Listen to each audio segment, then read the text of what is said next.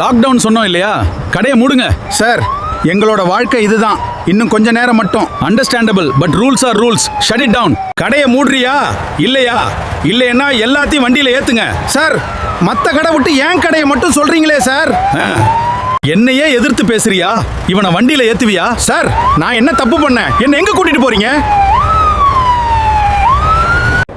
எங்களை எதிர்த்து பேசுறியா? சார், தவறுதான், மன்னிச்சிருங்க.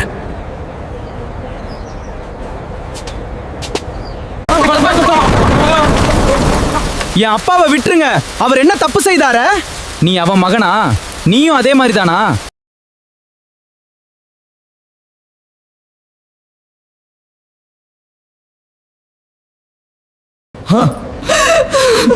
எங்களுக்கு நீதி வேண்டும்.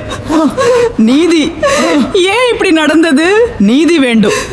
எங்களுக்கு நீதி வேண்டும். நாங்கள் இத சும்மா விட மாட்டோம். கண்டிப்பாக நீதி கிடைக்கும். நீதி வேண்டும். பொதுமக்களை பாதுகாக்க வேண்டியவர்களே அவர்களை கொலை செய்து விட்டார்களே. இனிமேல் நான் எங்க போய் சொல்லுவேன்? சில வருடங்கள் கழித்து எங்களுக்கு எப்படியாவது நீதி கிடைக்கும் என்று எங்கள் ஆன்மா சுற்றி வருகிறது. எங்கள் ஆன்மா எப்போதும் அமைதியை தேடி இங்கே சுற்றி வருகிறது.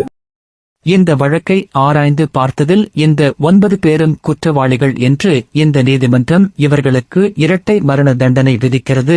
இவர்களை சிறையில் அடைக்க உத்தரவிடுகிறேன். இதை போன்று தவறு செய்பவர்களை சட்டம் ஒருபோதும் தண்டிக்காமல் விடாது என்பதை நினைவில் வைத்துக் கொள்ளுங்கள். தாமதமானாலும் நீதி எப்போதும் தோற்காது. அது ஒரு நாள் வெற்றி பெறும். Even if it's late, justice never fails. It will triumph one day.